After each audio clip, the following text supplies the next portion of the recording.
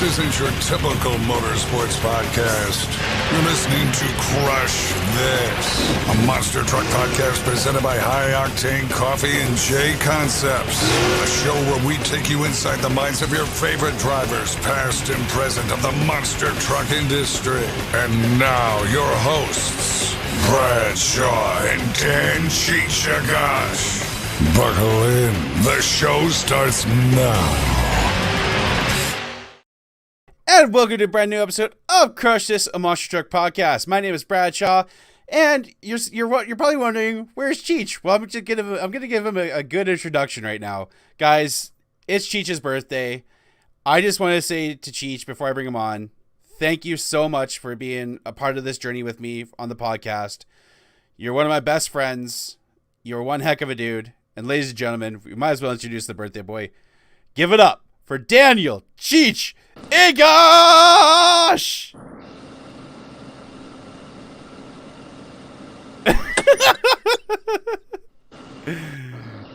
Did you guys miss the intros? How's it going? I moved from outside to an air conditioning truck. So, well, Cheech is back on the episodes. Actually, for the first time, and I don't even know how long, me and Cheech are in the same time zone for once. I think. Wow. This is the first time.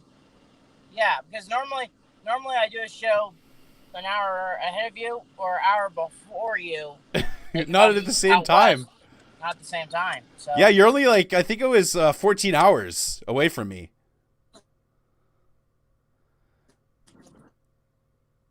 Oh. Oh. Are you there? Something controlling my phone. Yeah, can you hear me now? Yeah, we got you. It was a little bit weird there for a second. Yeah. But happy birthday, Cheech. Thank you very much. That's a pretty good time. I'm in Bozeman, Montana. And this is the home of the Montana State whatevers. And right now, just been getting those about to get ready to go here. So we're going to have a good time.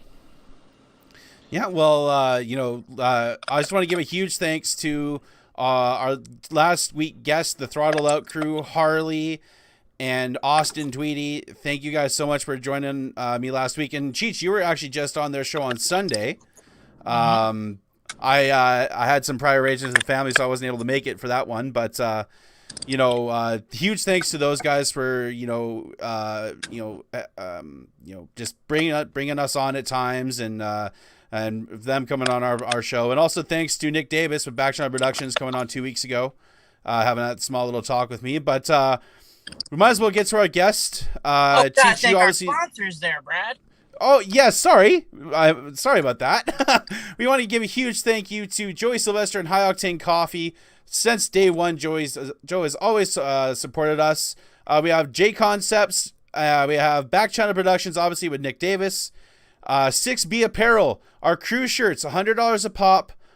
You have to either message me or Cheech for those. We have the old school design and the new school design. So, you have to go through either me and Cheech. You can't go through 6B. If you go through 6B, they won't do it. They have to have our permission. We also have, as it's running across here, JB Scale Graphics. And I always forget how many teams that they really do stuff for. So, what's going on? Are you still there, Cheech? Who does JB Scale Graphics do stuff for, Cheech? Sorry, I'm in the middle of nowhere, so I'm in Montana. JB Scale Graphics is officially licensed with Bigfoot, Bad Habit, Obsessed, The Ripper, Against the Grain, Heavy Hitter, all sorts of RC trucks.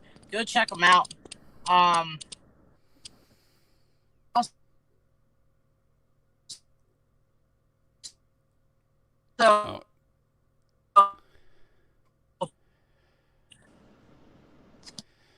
I didn't catch that last part because it was a little bit staticky there, Cheech. I'm just backing up to get more service. Okay. Can you hear me good? Yeah. Can you hear me? Okay. The struggles of the on the life monster truck crew guy. Yeah. So, okay. So I think I'm better right now. Better Yeah, lighting too. you're better now. But let's oh, you're a little bit rough there again, Cheech. We're getting it figured out, guys.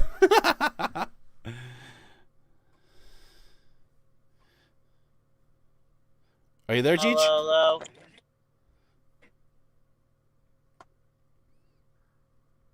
We're getting it figured out, guys. Oh, there we go. Don't know what's going on with. Are you there, Cheech? Yeah.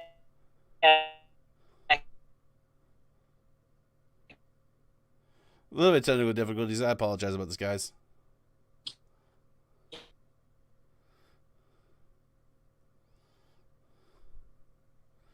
Okay, while Cheech is getting his things figured out here, we'll bring on our guest. He is the owner, creator, driver of the Terraduster Monster Truck.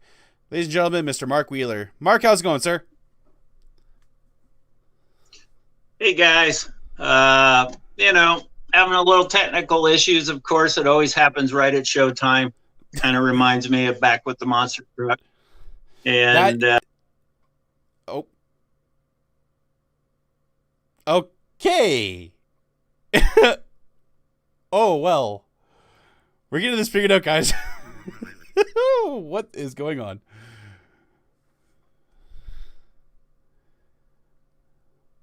Oh. Okay.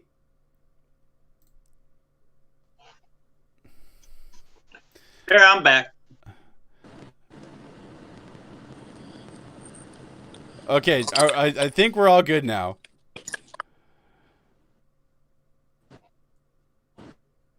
Can you hear me, Cheech?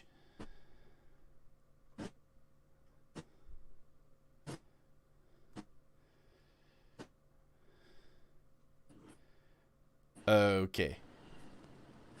Are you good? Is everybody? Can everybody hear each other? You guys are breaking up on my end. Okay, we'll get this figured out. But like you mentioned, the technical bugs always come out right when it's showtime. Obviously, it doesn't matter if it's a podcast or if it's during an actual show like Monster Truck show. The bugs always happen showtime wise. So let's get into it here while Cheech figures out what's going on with his connection here. So if people don't know your history and how you got into the sport, how did you get involved in this crazy world of monster trucks? Well, I tell you what, it was never intended. Like most of the Monster Truck guys, I was into mud racing. I got my first four-wheel drive when I was in high school. It was a Plymouth Trailduster. And so we started fixing that up. And, of course, we got stuck. So then we needed bigger axles and bigger tires and bigger motors and that kind of thing. And so, it just kind of grew from there. We got to the point where we had some 2.5-ton Rockwells and some 48-inch Terra tires. It was right when Bigfoot was pretty hot. And, we didn't build it to smash cars. We built it to go out and have fun with and be king of the bogs and that kind of thing. And I got a call one day, hey, can you run over cars with that thing?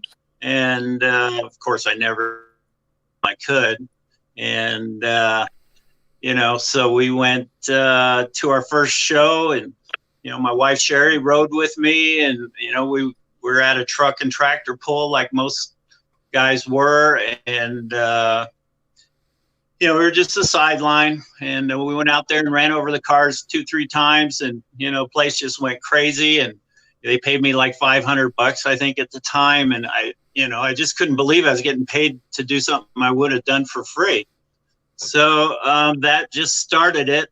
About that time, Bigfoot went to the bigger 66-inch tires and, I asked the promoter if he had any more of these shows I could do. And he said, well, if you upgrade to the bigger tires, man, I can use you at every show. So back to the bank and we got some bigger tires and 66s and we came up with the Terraduster, obviously a Plymouth Trail Duster with Terra tires. So that's how we came up with that. And, that just led off to a career of monster trucking. I don't know if I should continue on. Can you hear me? Yeah, we got you, Cheech. Oh, okay, good. Gosh, finally found a spot in the middle of nowhere. So, it always happens. Yeah. So I guess the question previously was how it got started and stuff like that. Yeah. So what got you to follow through and be like, I'm going to enjoy the exhibition side of this, but then you enter the world of racing. So what got you intrigued of the monster truck racing side of it? Well, we were in at the early stages when we were just a sideline. That upgraded to where we were, it was more doing wheelies and crushing cars, and, you would each take their turn. And then eventually we started racing the trucks, which was, pretty cool. And, that seemed to really excite the fan base to come to the shows.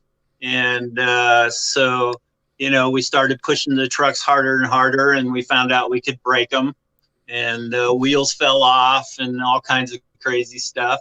And so we ran our first, it'd been our second Terraduster, a yellow and red one, for quite a while. Very reliable truck. We put some more horsepower in it to win the shows, and we ended up rolling it over and pretty much killing the truck. So we had to build the long wheelbase truck to be a little more stable for the racing. And we started getting busy with that. So, when going from the short wheelbase to the long wheelbase, was that a hard transition for you to get used to, or was it fairly kind of smooth and flawless? No, it was totally difficult for me. In the early days, you guys showed a perfect picture leading up to this podcast where we were hanging out the driver's window, jumping over cars. And I was so used to doing that when we went to the long wheelbase truck and got strapped into a 5-point harness and couldn't lean out the window anymore. I just felt blind, like I couldn't see where I was going. And it probably took me, 4 or 5 shows to really get used to that. And then I realized that, wow, that I should have been doing that all the time because my neck felt, so much better. So what ideas and inspirations did you have on building the long wheelbase truck? I always hear back then that not everyone, but most people like to build after a Bigfoot truck, like Bigfoot 4 or a 7. Was there any trucks out there that you looked at and you went, okay, I would like to put this in my next truck? I understand that the production of that truck probably went pretty fast because of the rollover, but was there any inspirations or ideas on building this long wheelbase one? Yeah, absolutely. We learned a lot. We were really paying attention. One of the things the guys figured out that the 5-ton axles weren't strong enough to do what we were doing. We were starting to clear cars. And so we upgraded to planetary axles. Bigfoot had done that. And it seemed to be, in the early days, I think everybody followed what Bigfoot was doing. He was the guy that led the way on really how long your truck had to be, planetaries, the leaf spring designs. So, I'm not afraid to say that we copied a lot of stuff, but we looked at what was working and what wasn't. So, Bigfoot was a big influence. Excalibur was, I'm a Mopar guy, but I love that truck. That was my favorite truck at the time. So we kind of copied what he was doing too, and very successful. We rarely broke the truck, always made it round after round. A lot of times we ended up winning the show that way because we were very reliable. You just mentioned there, you're a Mopar guy, and if you look at the early days of the sport, there a lot of people were going Chevy and Ford, and I personally haven't seen a lot of Dodge based Mopar based monster trucks, especially in the early days. Did you think that made you set apart from everybody else having a Mopar based vehicle? Oh, absolutely. Especially a Plymouth at the time. That truck. I can remember in the very early shows that we went to. They'd bring us out for introductions, and they'd say, "Let's hear it for the Chevy guys," and boy, man, they'd cheer. And let's hear it for the Ford guys, and boy, everybody make a lot of noise. And well, let's hear it for Mark and his Plymouth Mopar, and some old guy in the back row would clap and cough, and that'd be about it. So we felt like we needed to change their thinking on how we did things, and so we always pushed the truck hard, and reliability, like I said, was a big part of it. And by the end of the show, they were cheering for us just as loud as the Chevys and Fords. So when you had that rollover and you were looking for another body, am I still here? Yeah, you're still there. Are you still there, Mark? I think Mark's the one he's also in the middle of nowhere. Yeah, it seems like everybody's in the middle of nowhere these days. Oh, he's back on another one.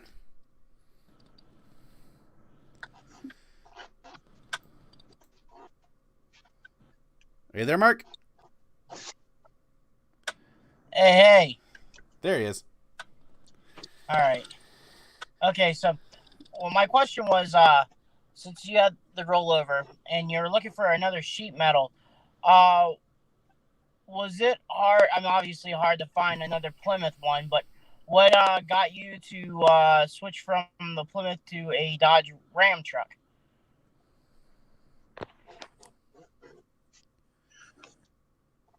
Well, it's an interesting interview we're having because I can only hear about every fourth or fifth word out of you guys. So I'm kind of winging it here as best I can. I heard the word Dodge, so I guess we moved on from the Plymouth, and yeah, we went full-size Dodge, steel body.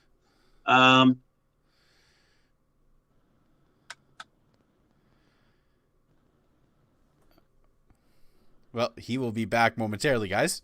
So, well, hopefully I thought it was my end, but no, you're good, Cheech. You're good. Finally good. Oh my gosh. Well, man, before I got cut off by Mr. Internet, not Brad, I'm talking about in general. Mr. You can't blame this one on Frontier, I think it was. I blame it on the state of Montana. Like us on iTunes and Spotify. Give us 5-star ratings.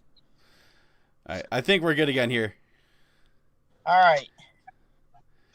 You're good? We're good? We're all good. All right. All right. So, yeah, the question was about the Dodge body. Okay. Yeah. Yeah, like I said, when I rolled the Plymouth, it just damaged the truck so bad that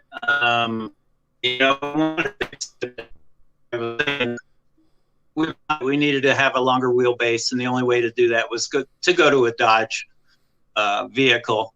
And still Mopar, it wasn't my Plymouth, but we're still representing Dodge.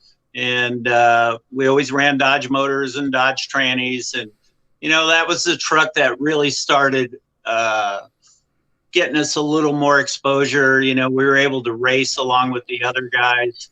The Plymouth wasn't really a race truck. It was a show truck. So the full-size Dodge, really caught us up with everybody. And, we had a lot of success with that. That's what kind of led to some of the sponsors. One of them being Hardee's. They were they approached a promoter and were looking for somebody that was really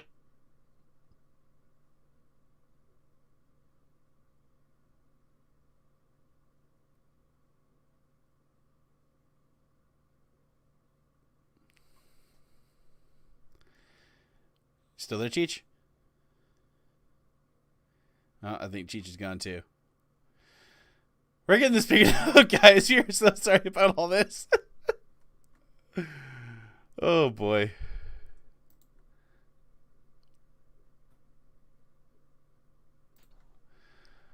We're getting her figured out. So you were mentioning, the people from Hardee's were talking to a promoter. Yeah, they approached International Promotions was the promoter we were doing a lot of shows with back then. And they were looking for a crew that, presented well. That was something we always took great pride in. We always wore, nice fire suits. My wife, the crew, always had crew uniforms on. We were kind of ahead of the time on that. And, we just handled media pretty well. So they came and asked us if we'd be interested in putting a deal together. And so we did. And it was cool. We got a lot of exposure through them. We did a lot of things that were new to me. We did some, an example would be we went out to Myrtle Beach for like 2 weeks prior to a show. And we went to every single Hardee's store they had. And they had live radio remotes with us every time. And, they were giving away rides in the truck, which you could kind of do back then. And we were prepared for it. They told us we'd be doing that. And it was cool. We got a lot of free food. That was always good. And, it was a cool deal. It went on for about a year. And at the end of that time, we were looking to upgrade, just to keep up with everybody. The monster truck sport was constantly upgrading. It just seemed like every time you turned around, somebody would upgrade something. And, if you wanted to be competitive, you had to follow. So, we went in and talked to them about getting more horsepower and the money to run the truck the way we wanted to. And they were more interested in doing the promotional kind of thing we were doing with the Hardee's restaurants and stuff like that. So it was kind of we moved on. They were fine with it. We wished it would have gotten bigger, but it was fine. We moved on with the Terraduster, which, that's the name we were known by anyway. And so it was a cool thing, but on we went. It's kind of interesting, because at that time period, a lot of teams really didn't didn't have a lot of corporate sponsors. A lot of corporate sponsors were thinking of NASCAR, NHRA, and stuff like that, and like Bigfoot obviously had Ford and McDonald's for a little bit. So yep. When they approached you, were you like, holy crap, like this doesn't happen every day? Oh, absolutely. In the beginning, sponsorship was really difficult to come by. Monster trucks really weren't taking that seriously. They didn't think it was something that would last. It was a fad. It was just a sideshow. And I think what really brought the sponsors into the picture was the racing and really getting to the point where it was more of a legitimate motorsport. And so, I think that's probably what attracted them. So, the sponsorship ends because you're wanting to upgrade, get, your truck better and stuff like that. So what was your next step? You had the long wheelbase Dodge body truck.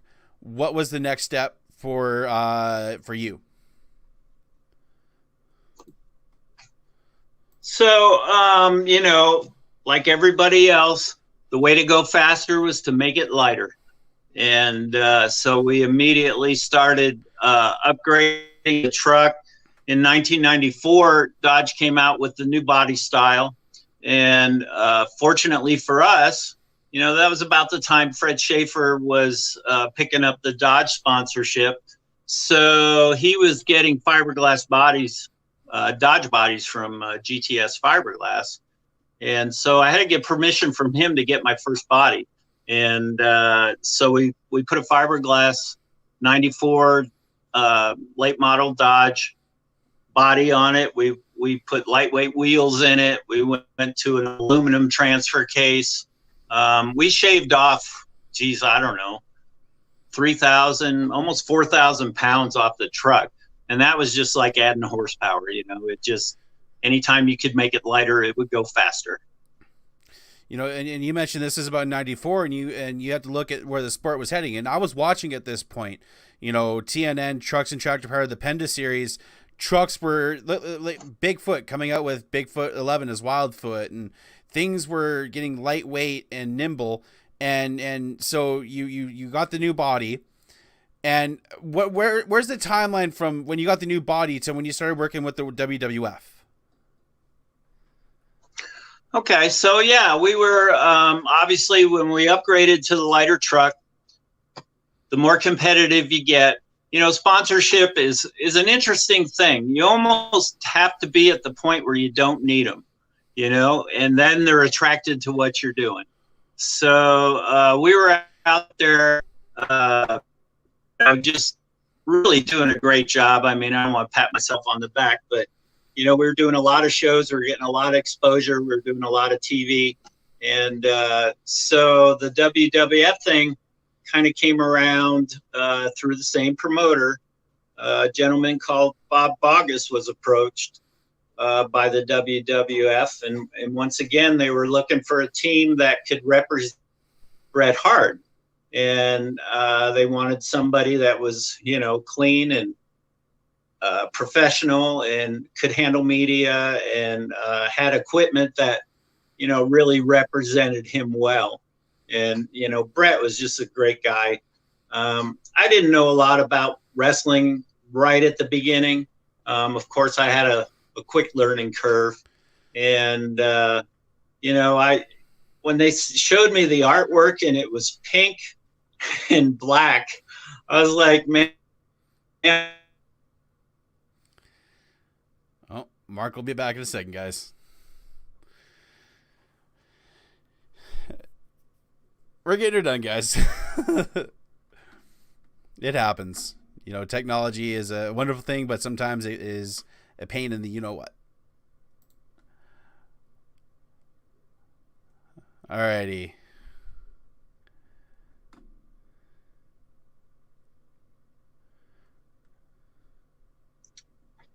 So we were the first WWF truck.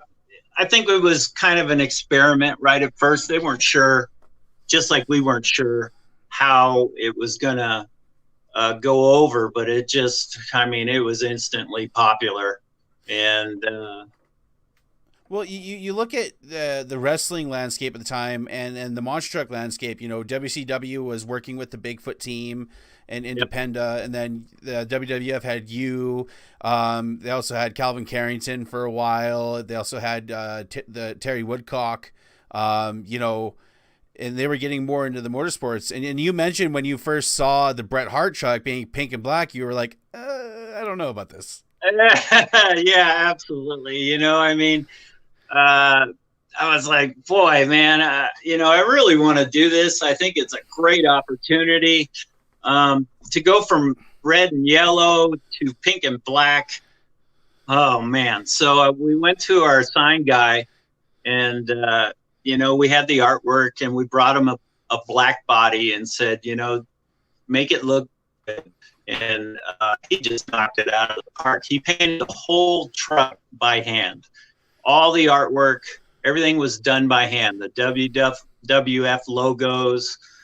He used chrome. He had Bret Hart's four hearts on there for kids. I mean, he just really knocked it out of the park.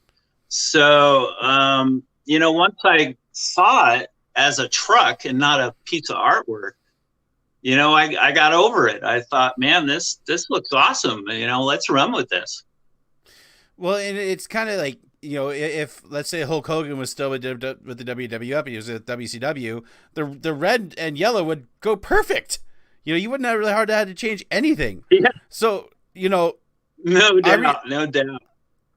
And then obviously Bret Hart leaves for WCW around 97, I believe. I'm not too sure. Yep. How did the Stone Cold truck come about? Well, it's funny you say that. I just happen to have a picture of it right here. It was unfortunate that, Brett went through what he did at the time with WWF. Things happen, and that's just, it's business, and that's the way it goes. I was very disappointed because we had come to know Brett really well. His whole family to Red Deer to a show we were doing, and they hung out in our hauler, and we had a cooler there for him, and he drove the truck around a little bit, and he thought the truck was great, and it was just such a good fit, and when that happened, it was really disappointing, and I really almost went back to had a Terraduster body that we could put back on there, and but then they said, there's this guy named Stone Cold, and he's really hot right now too, and him and Brett kind of did a back and forth thing. They hated each other and all that, and I felt like I was jumping ship, but at the same time it was an opportunity to continue on with something I started. We were the first WWF truck before any of the other ones. And so we continued on with the Stone Cold body. And that was just, we were hot. We were just as hot as Gravedigger or anybody else. We couldn't go anywhere. Stop to get fuel. We'd be there for an hour. Well, funny that you mentioned Gravedigger, because Cheech just brought something up that I really didn't know much about, that you got Pablo's Gravedigger.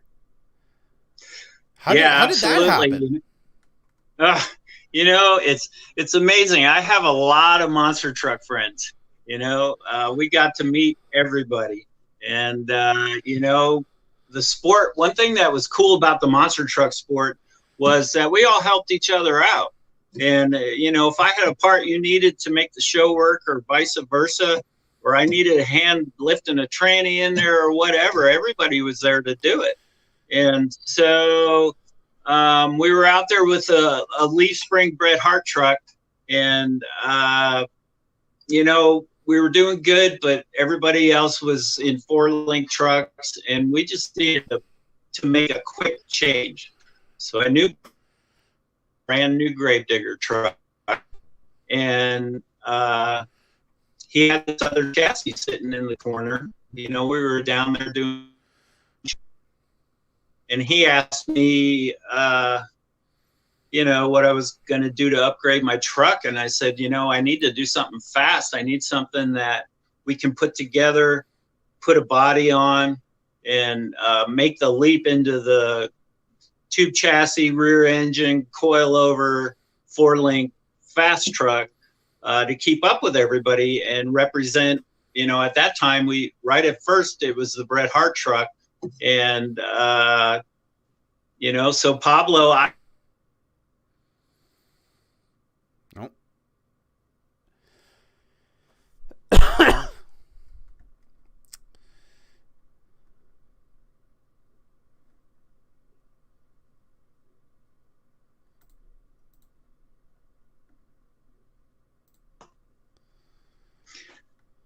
yeah, so like I was saying, I don't know how I ever talked Pablo into selling me that chassis, because, it was one of his babies that he built and campaigned and, did a great job with. But as you all know now, Pablo is a genius with suspension and shocks. So, I talked him into it. We agreed on a price. We drove down to Houston from Nebraska. We loaded that thing up. It was like at the end of November, and we had to have it done for January, first weekend, first quarter. And so we just, busted ass to get it done. Never got to drive over any cars, no testing, just out we went. We went up to Montana where Cheech is, Great Falls, and we did a show. We introduced it to the fans. Massive success. The truck worked perfect. you could jump cars and not even know you were jumping cars. It rode so good. And I was so for Pablo to sell it to us. So that's how I ended up with it. We had to, obviously, it was green, the chassis, and we had to make it black so nobody could see it. And for a lot of time, nobody even knew that's what it was. So going back to that first show, you mentioned, you had no testing time, nothing. What was it like for the first time? You mentioned, it rode smooth, but hold that thought. Again, guys, just want to quickly say here, we also put these on Apple Podcasts, Google Podcasts, or wherever you get your podcasts. Give us 5 stars, give us a good review. That also helps us out here. So as I was saying there, what was it like hitting the cars for the first time? Were you nervous being, having a 4-link truck and all you've been driving is leaf spring trucks? How was it?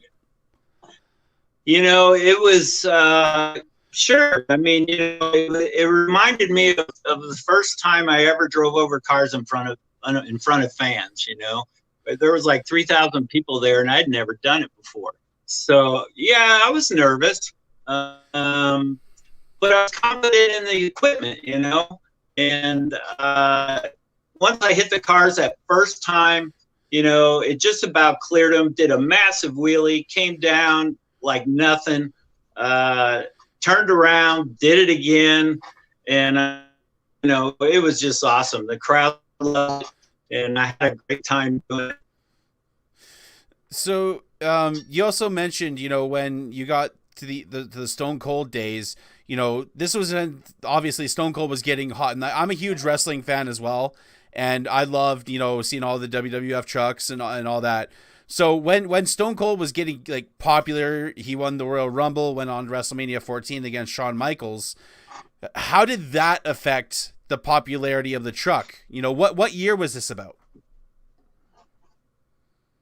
So, the Stone Cold truck, like I said, it was just an instant hit. The thing, he was hot at the time.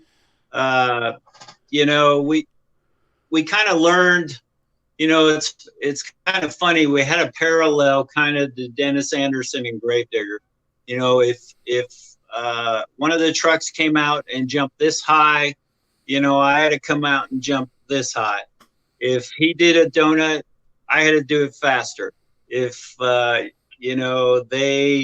got up on 2 wheels, I had to get up on 1 wheel.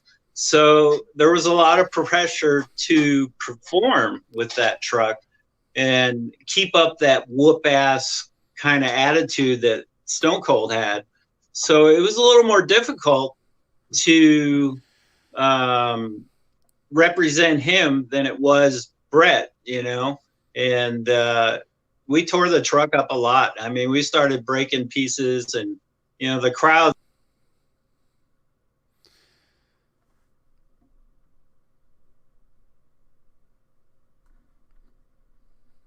He'll be back, guys. Again, guys, thank you for sticking with us. It means a lot to us. Still trying to give you guys content no matter what. So we do really appreciate it, guys.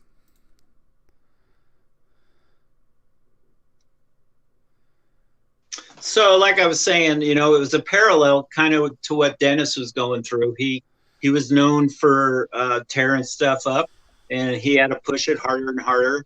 And there, when I was running the Stone Cold truck, almost every show I went to, I was either up against Gravedigger or Bigfoot. And we used to we were still a Mopar powered truck, Dodge body. And so I still had the attitude that I was going to, whoop ass on these guys. And we did a lot of ass whooping. We beat everybody. They ran their trucks so hard to beat us. It was an awesome show for the fans. Absolutely. And you mentioned when you went to the Stone Cold body, it was a lot more pressure, and obviously, probably at the time, Stone Cold might have been a bad guy, a heel per se, and Bret Hart was more the baby face, and so that was probably a huge difference. So how long did you run with the WWF sponsorship? Did you have that when there were other trucks like Calvin and Terry having the sponsorship, or was that after that time? Yeah, absolutely.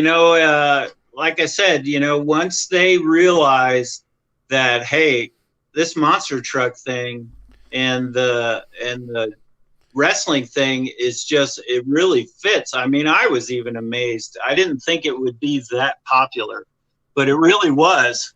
And so they started adding trucks, and so they contacted Terry Woodcock and made a deal with him. He had a Bret Michaels truck. He had a Sonny truck. He had a Stone Cold truck.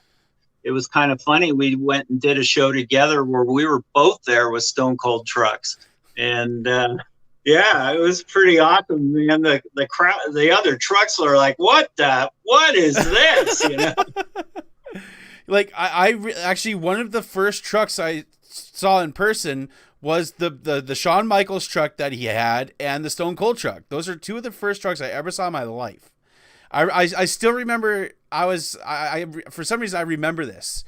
I was obviously young as crap, right? And my dad comes home, and I'm obsessed with monster trucks. I watched it every single day when I was younger. I still do today. I'm 30 years old. What's changed? And yeah. I remember my dad telling me that there was a monster truck at the Ford dealership, because I believe he was running Ford Ranger bodies or F-150s at the time.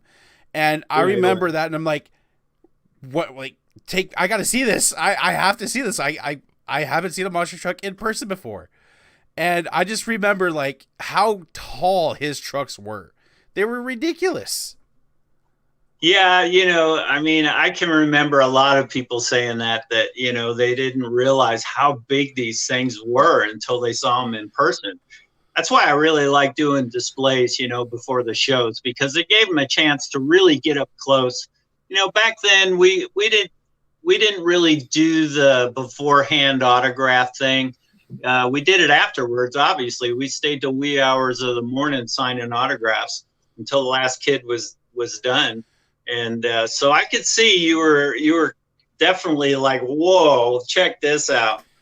Yeah, because I would have been maybe like 5, maybe 6 years old, and I went to the show, and I still remember it was the Shawn Michaels truck, the Austin 316 truck, and Don Frankish's trucks, Maniac and Jurassic Attack. I still remember it to this day.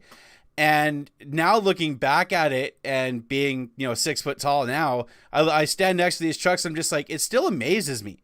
It still doesn't change the fact that these things are behemoths. Oh, absolutely. They haven't changed that part of them at all. The tires are still 66 inches tall. And, it's interesting. A lot of drivers that drive monster trucks, they don't really, and I was one of them. When I got in the truck, I really didn't think about how big it was or how much horsepower it had or how many cars there were. You just got in the thing and became part of it, and you drove it. And, I always drove it hard. You can ask anybody. I used to run the truck as hard as it would go. My goal was to always clear the cars, always land on the back tires. It was a smooth ride for me. Fans loved it.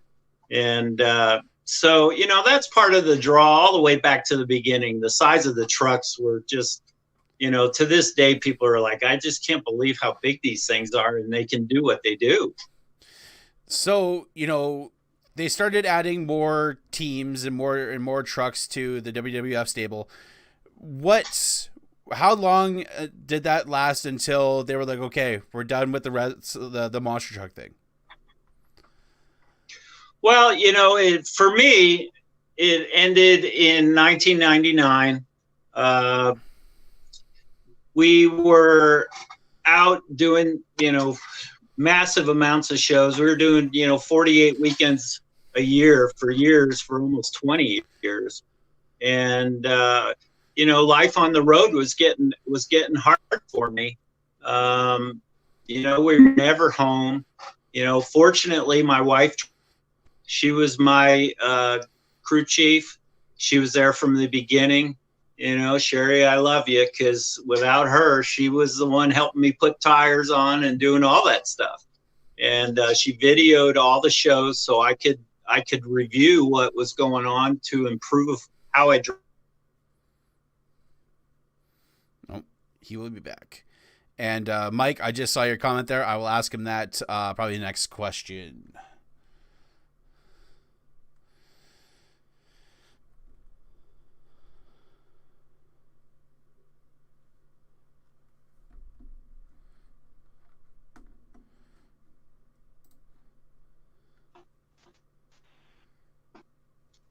All right, I think we're good That's here now. like I was saying, we were on the road a lot, and I got approached by a guy at the show, and he asked me, would you be interested in selling your truck? And I, over the years, I heard that 100 times, so I really didn't take it very serious.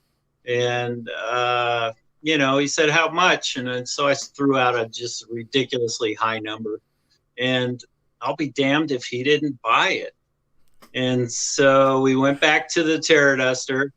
The WWF thing continued on with Terry, and like you said, Calvin Carrington came into it about that time, around 1999.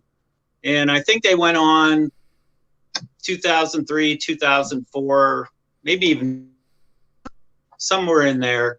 And we sold the Terraduster to this guy in Michigan, and we did our last show, and we unloaded it, and he paid us, and we're driving home with the hauler with an empty trailer, and it was like, I can't believe.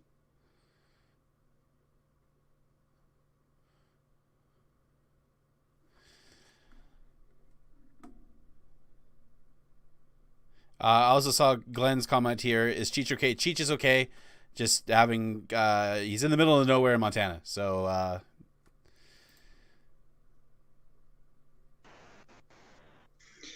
we drove home from Michigan with an empty trailer, kept looking back. It just seemed like, where's the truck? Where's the truck? It's been there for 20 years now. It's not there anymore. And it was probably a good thing, because in 2005, I started having health problems with my spine. And, I have no regrets. It was a great thing to do. And, it was probably, meant to be to stop then. And so, like I said, no regrets. What do you think of the sport now? After being out of it as long as you have, what do you think of the technology and where the sport has headed in the last 20 some odd years since you've been out? Well, it's interesting you say that. Obviously, I am still a monster truck fan. I always will be. It's in my DNA. I don't know anything else except for doing that, really. Even though I've been out of it for 21 years, I have a truck out back that I'm building right now. Of course, it's a Dodge. It's a 4-link coil-over truck, has a 440 in it, and it's like we went, full circle all the way back to the beginning with this truck I'm building out back. But anyway, so the new trucks, it's just off the hook, the things they can do with these trucks and what these drivers are doing.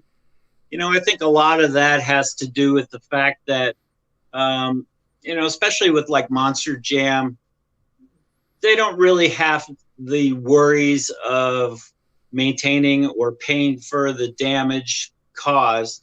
And, I know that if I was in that situation back then, well, yeah, I'd have probably been doing stoppies and backflips and everything else just like they are now. But our budget didn't allow us to roll the truck over every weekend. We had to walk a fine line of giving the fans what they wanted to see, but not tear it up too bad. And, recently I went to a show here. Jimmy Cretin was here with his Bounty Hunter truck here in Grand Island, which was just, that's crazy. Grand Island's not that big here in Nebraska. But he brought in a show, and I had a chance to go look at his truck up close. And geez, man, they're like tanks now. Those trucks have just massive amounts of tubing in them. You know, the billet parts that are so. I mean, I think it's almost impossible to break them now. I mean, I know they do, and it says a lot. Oh, he'll be back on in a second again, guys. But I share his sentiments about Jimmy's Bounty Hunter. That thing is ridiculous. And, you know, he's building a truck, so I'm going to ask him about that. And that probably answers Mike's question kind of there.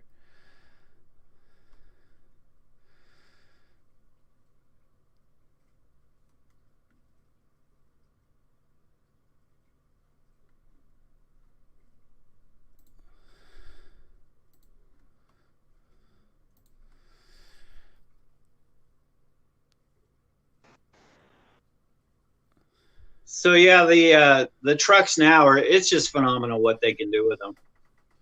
And I was just saying there before you reconnected, I remember seeing Jimmy's Bounty Hunter up close, and the body was off of it. And because I saw his old truck and everything, and then I looked at the new truck, I'm like, are you kidding me?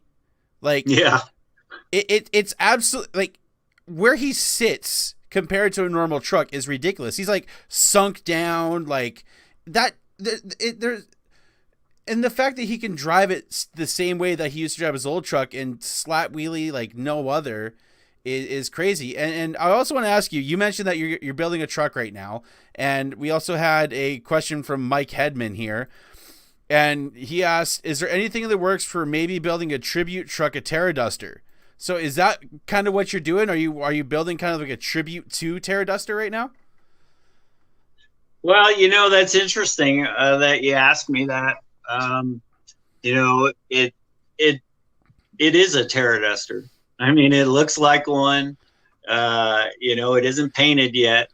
You know, it wasn't really a tribute truck idea. You know, we were just trying to get something back to our roots where we have the Platte River here, which is Sand Bottom River. And, you know, that's really what I built my first truck for, was to go out there and play in the river. And so this truck was built to do the same thing. Now, will it be red and yellow? It's possible. See, I think, you know, Terraduster, if it should be kind of within the Hall of Fame. And you mentioned you have some stuff at the Hall of Fame, and you and me were kind of talking about the Hall of Fame a bit before we went live, you know, and with the whole old school movement, I think that would be awesome to have a Terraduster tribute at the Hall of Fame, just because I do feel like your truck being, I feel like one of the first Dodge powered trucks, in my opinion, should be in the Hall of Fame like that. Well, you know, I agree with you. There's no doubt about that. You know, in the early days, we were pretty much the only one representing that end of the spectrum. You know, it was, like you said earlier, there's a lot of Chevy and Fords out there. There weren't too many Dodge or Plymouth product out there at all. And, you know, it took a lot of heart to stay with it. You know, I think the truck could end up there. I haven't talked to Jeff about it. You know, years ago when he asked me for Terraduster stuff and WWF stuff here. And, you know, so we sent it and didn't even think about it. Can I run over cars anymore? No, I can't do that.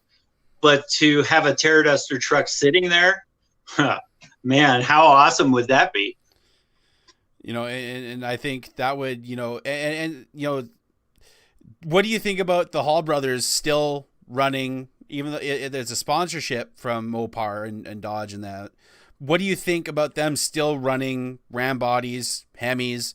Does that still make you kind of proud to be a Dodge guy and still involved in the sport all these years later? Oh, absolutely. You know, I did shows with them a long time ago before all that happened. And, you know, it does. It shows me that Chrysler in general, Dodge, still believes in what monster trucks are doing out there, and to see their stuff.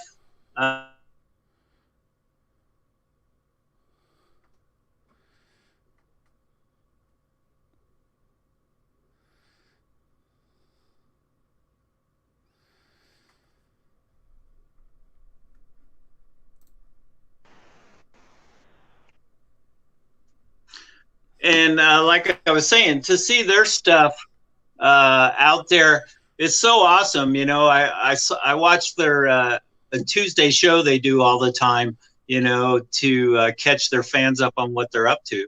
And I noticed on the back of the truck that it's actually a Dodge Power Wagon. Well, I happen to own a Dodge Power Wagon. So the connection's there, I was really impressed with that. And I think, for them still carrying the Mopar platform is awesome, and promoting, what they're doing. And, as we start to wind down, is there anything that you'd want to say to the fans of the Terraduster, the fans of yourself, and even when you were in the WWF days? Oh, sure. Absolutely. If it wasn't for the fans, I know this is real cliche and people say it all the time, but if it wasn't for those kids and their parents and everybody that came to the shows and sat there and had an interest in it, I really want to thank them. Every little kid that was 5 years old that got our autograph and just looked at us with big eyes and thought we were really something. To me, I was just a guy with a truck with big tires on it. There ain't nothing too special about me. And, what's really cool now is a lot of those kids have grown up and they still remember the Terraduster, and they send me stuff all the time, including videotapes. I was out doing a promotion at a Dodge dealership, and this guy I didn't know, I had no idea who it was. He said, "Hey, I've got a video of you running over the cars." And it was when I was a little kid. My dad filmed it. And so his dad's, he's filming me jumping the cars and stuff. And he pans down to this little 4 or 5 year old kid and says, "Are you having a good time?" And he's like, "Oh, Dad, this is just the most awesome thing. Thank you, thank you, thank you." Well, he grew up and he sent me a copy of that tape, And so, oh God, just really, it gets you kind of there, that all these years later, they still know about the Terraduster. Makes me feel good because we tried to really give them our time when we were at the show and doing that. And, that was awesome. I talked to Darren Schnell yesterday, and he told me that he came to a show in Rapid City, South Dakota, when he was 5 years old, and I was there with the Terraduster, and he got my autograph, and that I'm one of the reasons that he's driving a Bigfoot truck now. Now, come on, right? That's just off the hook. I know this probably isn't the same experience. I remember I did a show about an hour away from where I live in Dawson Creek, British Columbia, and I was helping out Bill Payne and the Straight Up Racing crew, and I was doing ride truck. And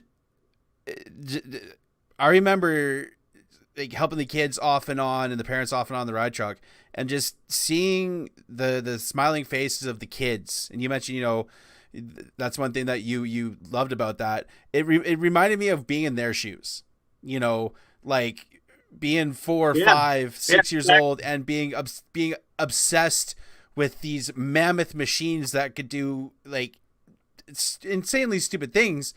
It puts me back into their shoes.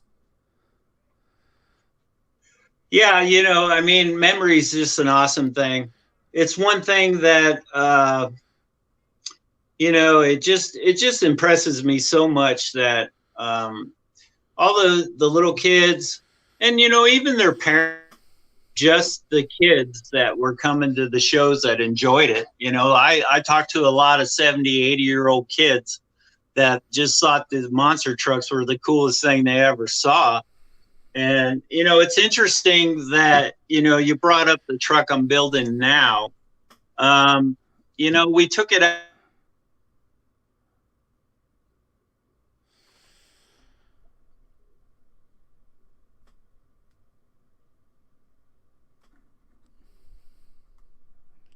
He should be back any second, guys. There he is.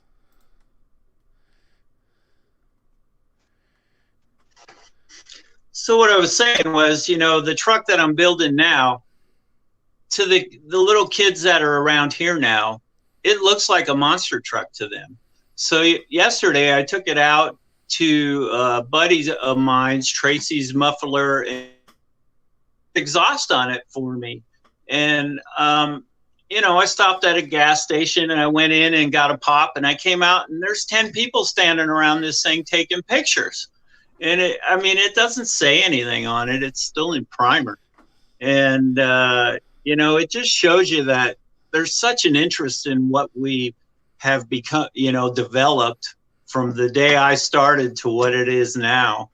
And, I posted a picture on Facebook and I got like 500.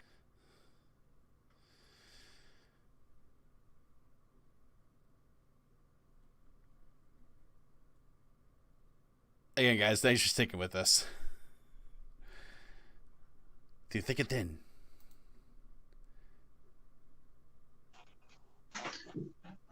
So like I was saying, I got like 500 hits in an hour or two of all these comments about the truck and the thumbs up, and it's just that's the coolest thing I ever saw. And it almost brings me back to when we were actually running the Terraduster. And I almost, when I sit in it, I actually feel like I'm sitting in a Terraduster, to be honest with you. Well, Mark, thank you for your time, for coming on the podcast. We definitely want to have you on again with Cheech, obviously. Hopefully next time his connection's better. And I just want to say thank you for the years that you've spent in the business, and I can't wait to see what comes next. And hopefully, if everything works out and you're able to make it to the Hall of Fame, and hopefully I'm there, I get to meet you in person, man. It's been a lot of fun talking with you tonight. That'd be awesome. I'm really going to try and get there this year, like I told you earlier. Maybe next time when you have me back on, the truck will be finished. And we can have a little video of it or something to show the fans, and maybe they'll look at it as a Terraduster. Who knows? Hey, as long as it's got the name on it, it's still a Terraduster. And guys, next week we have Patrick Wilson on. He was a crew chief for Monster Jam, so we'll be talking about the crew chiefing side. That should be exciting. And again, Mark, thank you for coming on. It means a lot. And as we always say on the podcast, keep the rubber side down and the shiny side up, everybody. Peace.